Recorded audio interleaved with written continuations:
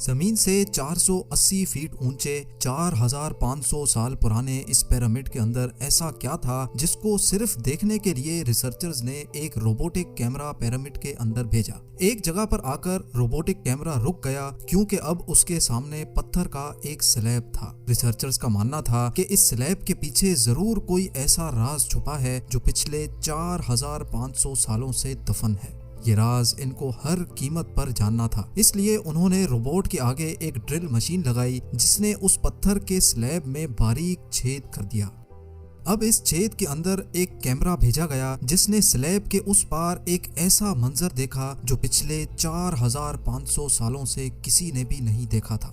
ناظرین، مصر یعنی ایجپٹ میں ٹوٹل 138 اونچے ترین پیرامڈز موجود ہیں جنہوں نے پچھلے ہزاروں سالوں سے درجنوں ارتھکویکس اور کئی خطرناک طوفان کا سامنا کیا، لیکن مجال ہے ان میں سے کوئی ایک بھی ادھر سے ادھر ہوا ہو۔ ان میں سے سب سے اونچا اور بڑا pyramid the great pyramid of Giza کہلاتا ہے، اور اس پیرامڈ کی بیس کا ایریا 13 ایکڑز ہے۔ یعنی اس پیرامڈ کے اندر حیرت انگیز طور پہ ایک دو نہیں بلکہ پوری 9 فٹ بال فیلڈز آرام سے فٹ آ سکتی ہیں۔ ایک ایسٹیمیٹ کے حساب سے اس پیرامڈ میں ٹوٹل 23 لاکھ بڑے بڑے پتھروں کا استعمال ہوا، جن میں سے کئی پتھروں کا وزن 50 ٹن بھی تھا۔ اگر اس کے ٹوٹل وزن کا اندازہ لگایا جائے تو اس پیرامڈ کا وزن 60 لاکھ ٹن ہے، جو 12 برج خلیفہ کے وزن کے برابر بنتا ہے۔ لیکن اتنے اونچے اور عالی شان پیرامڈز بنانے کا آخر مقصد کیا تھا؟ ہزاروں سال پہلے جب انسان کے پاس کوئی ٹولز بھی موجود نہیں تھے، تب ان پیرامڈز کی دیواروں کو کیسے انچ بائی انچ لیول کیا گیا؟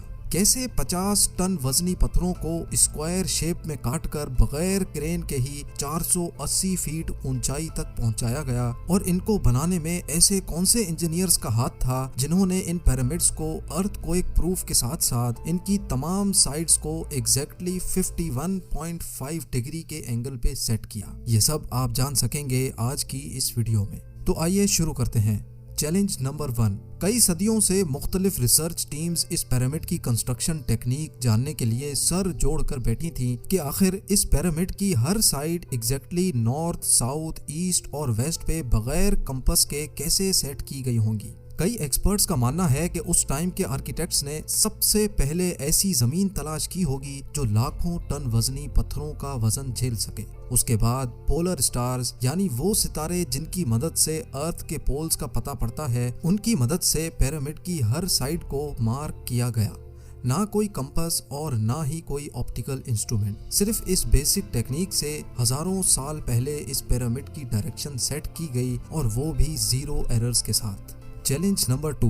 اگلا چیلنج تھا زمین کو لیول کرنے کا۔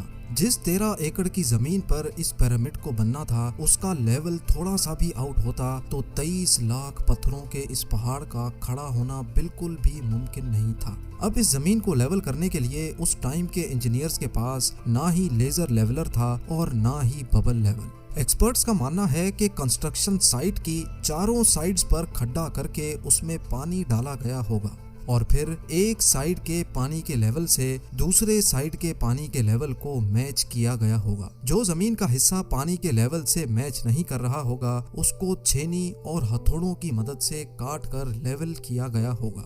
کئی ایکسپرٹس کا ماننا ہے کہ اینشینٹ ایجپشنز نے اس سمپل ٹول کا بھی استعمال کیا، جس کی دونوں سائڈز پہ لکڑیاں اور اس کے ٹھیک سینٹر پہ ایک رسی سے پتھر بندھا ہوا ہے۔ اگر پتھر زمین سے ٹچ ہو گیا اور اس کی رسی ٹھیک سینٹر لائن پہ آ رہی ہوگی تو اس کا مطلب ہے کہ بیچ کی زمین پرفیکٹلی لیولڈ ہے۔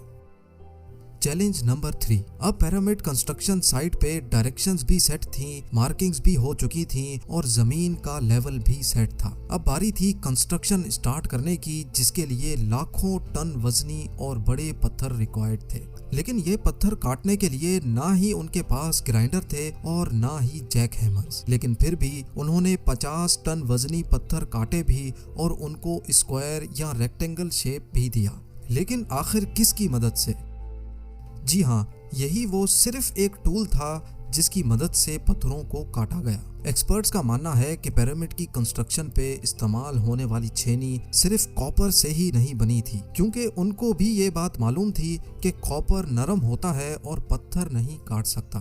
اس لیے اس میں ایک کیمیکل آرسینک بھی شامل کیا گیا تھا۔ کاپر اور آرسینک سے بنائی جانے والی یہ چھینی لکڑیوں کے ہتھوڑوں سے پتھروں پر ٹھوکی جاتی تھی اور کئی گھنٹوں کی محنت کے بعد بڑے بڑے پتھر شیپ میں لائے جاتے تھے۔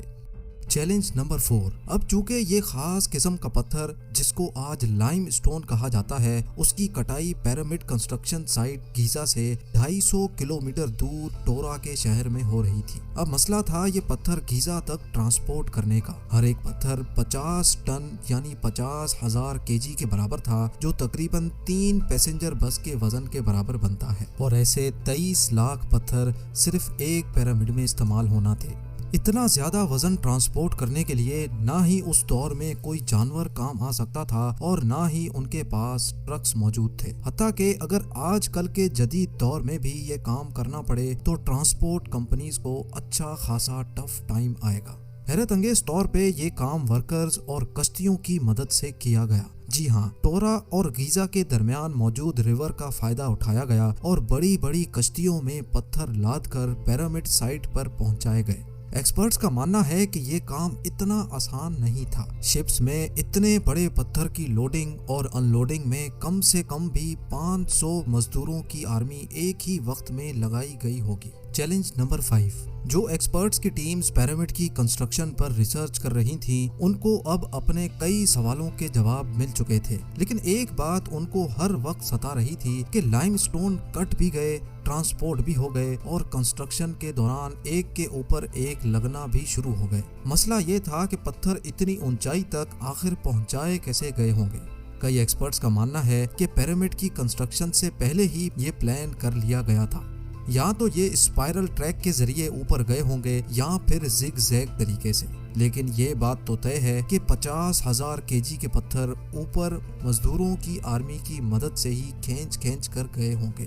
Challenge number 6۔ بات صرف لاکھوں مزدوروں چھینی ہتھوڑے سے لائم اسٹون کاٹنے اور اتنے بڑے پتھروں کو ٹرانسپورٹ کرنے کی ہی نہیں تھی۔ اس پیرامڈ کے اندر کمپارٹمنٹس، ان کے اندر جانے کا راستہ اور کئی چھوٹی چھوٹی سرنگیں بھی بنائی گئی تھی۔ باقی سب چیزیں تو ٹھیک تھیں، لیکن ایک چیز ایکسپرٹس کو حیران کر گئی، اور وہ یہ تھی کہ اندر کے کمپارٹمنٹس میں جو پتھر استعمال ہوا تھا وہ لائم اسٹون نہیں بلکہ گرینائٹ تھا۔ جی ہاں، گرینائٹ ایک ایسا پتھر ہے جو ڈائمنڈ کے بعد دنیا کا سب سے سخت ترین اسٹون مانا جاتا ہے۔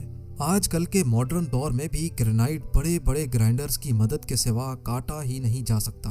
دنیا بھر سے کئی آرکیولوجیکل ایکسپرٹس کو پیرامڈ کا وزٹ بھی کروایا گیا، لیکن کسی کو بھی اس بات کا سراغ نہیں ملا کہ 4500 سال پہلے ایجپشنز نے گرینائٹ جیسے ٹھوس پتھر کو اتنی صفائی سے کیسے کاٹا تھا۔ آخر کار کئی سالوں کے بعد ایکسپرٹس نے اس مسٹری کو بھی سالو کر دیا۔ ایجپشنز نے گرینائٹ کو اتنی صفائی سے ایک ایسے آرے سے کاٹا تھا جس کے دانت ہی نہیں تھے۔ جی ہاں، بغیر دانتوں والے اس آرے کے دونوں سائڈوں پر وزن ڈال کر اس کو گرینائٹ پر چلایا جاتا تھا اور بیچ میں بجری ڈالی جاتی تھی۔ ایکسپرٹس کا ماننا ہے کہ اس طریقے سے اتنے بڑے پتھر کو کاٹنے میں 4 مہینوں کا وقت لگ جاتا تھا۔ آخر کار پیرامڈز بنانے کا مقصد کیا تھا؟ ان پیرامڈز کو بنانے میں کتنے مزدور ایک ہی وقت میں کام کرتے تھے، اور روبوٹک کیمرہ نے جب پیرامڈ کے اندر پتھر کے سلیب میں سوراخ کیا تو اس کے اندر وہ کون سا منظر دیکھا گیا جو پچھلے 4500 سالوں سے کسی نے بھی نہیں دیکھا تھا۔ یہ سب اور اس سے بھی زیادہ آپ جان سکیں گے اس ویڈیو کے پارٹ 2 میں۔ آپ لوگوں کے پیار بھرے کامنٹس اور لائکس کا بے حد شکریہ۔ ملتے ہیں ویڈیو کے اگلے شاندار پارٹ میں۔